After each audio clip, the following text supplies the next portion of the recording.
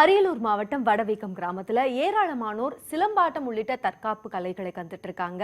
இது குறித்த ஒரு சுவாரஸ்யமான தொகுப்பை நிகழ்ச்சியோட முதல் தொகுப்பா பார்க்கலாம். சிலம்பாட்டம் என்றாலே அரியலூர் மாவட்டம் வடவீக்கம் கிராமமே பலருக்கும் நினைவிற்கு வரும். அந்த அளவிற்கு அந்த கிராமத்தில் சிலம்பாட்டம் பிரசித்தி பெற்றது. இதற்கு காரணமானவர் சிலம்பம் கற்றுக் கொடுக்கும் ஆசிரியர் செல்லக்கண்ணுதான் என்கின்றனர் கிராம மக்கள். 10 வயதில் சிலம்பாட்டத்தின் மீது ஏற்பட்ட ஈர்ப்பினால் அதனை முறையாக கற்றுக்கொண்டதாக கூறும் செல்லக்கண்ணு, தான் கற்ற கலையை மற்றவர்களும் தெரிந்து கொள்ள வேண்டும் என்பதற்காக இதுவரை 5000த்திற்கும் மேற்பட்டவர்களுக்கு சிலம்பம் கற்றுக் கொடுத்திருப்பதாக கூறுகிறார்.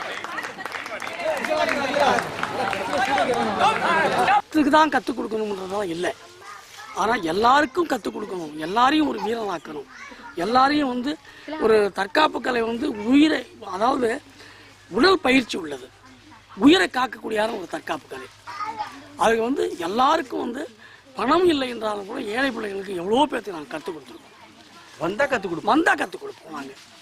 இவரது முயற்சியால் வடவீக்கம் கிராமத்தில் பெரும்பாலானவர்கள் சிலம்பம் தெரிந்தவர்களாகவே இருக்கின்றனர்.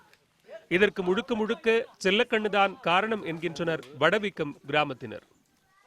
எனக்கு தலைமை ஆசிரியர் அவர் தான், சிலம்பாசிரியராக இருக்காரு. அவர் எத்தனையோ மாணவர்களை, எத்தனையோ கலைகளில் எத்தனையோ மாணவர்களை உருவாக்கிட்டு இருக்காரு. அதில் நானும் ஒரு ஆள் பயிற்சியாளர் தான் இருக்கின்றேன். சிலம்பம் தற்காப்பு கலை பயிற்சியாளராக இருக்கின்றேன். சிலம்பாட்ட கலையை கற்றுக்கொண்டதால் தன்னம்பிக்கை ஏற்பட்டிருப்பதாகவும் பலர் தனக்கு துணை நிற்பதை போல் உணர்வதாகவும் கூறுகிறார் செல்லக்கண்ணுவிடம் சிலம்பம் கற்றுக்கொண்ட திலகவதி என்ற பெண். அதாவது தற்காப்பு கலை அப்படின்றது ஒரு முக்கியமான ஒண்ணு, மாணவியருக்கு ரொம்ப முக்கியம். இப்ப பாத்தீங்கன்னா வழிப்பறி கொள்ளைகள்லாம் நடக்குது. அதாவது பெண்களை ஒரு செயின் பறிப்போ இந்த மாதிரி நடக்கக்குள்ள தாக்கக்கூடிய ஒரு திறமை ஒரு ஆற்றல் நம்ம கிட்ட கண்டிப்பா ஒண்ணு வேணும். அதனால தற்காப்பு அப்படிங்கிறது பெண்களுக்கு முக்கியமான ஒண்ணு.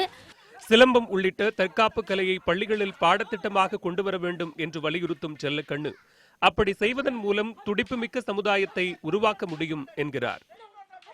மிகப்பெரிய அளவுக்கு ஆற்றல் இழந்த ஒரு சமூகமாகத்தான் இன்றைக்கு இருக்கிறது என்று சொன்னால் அது குறையாக இருக்காது.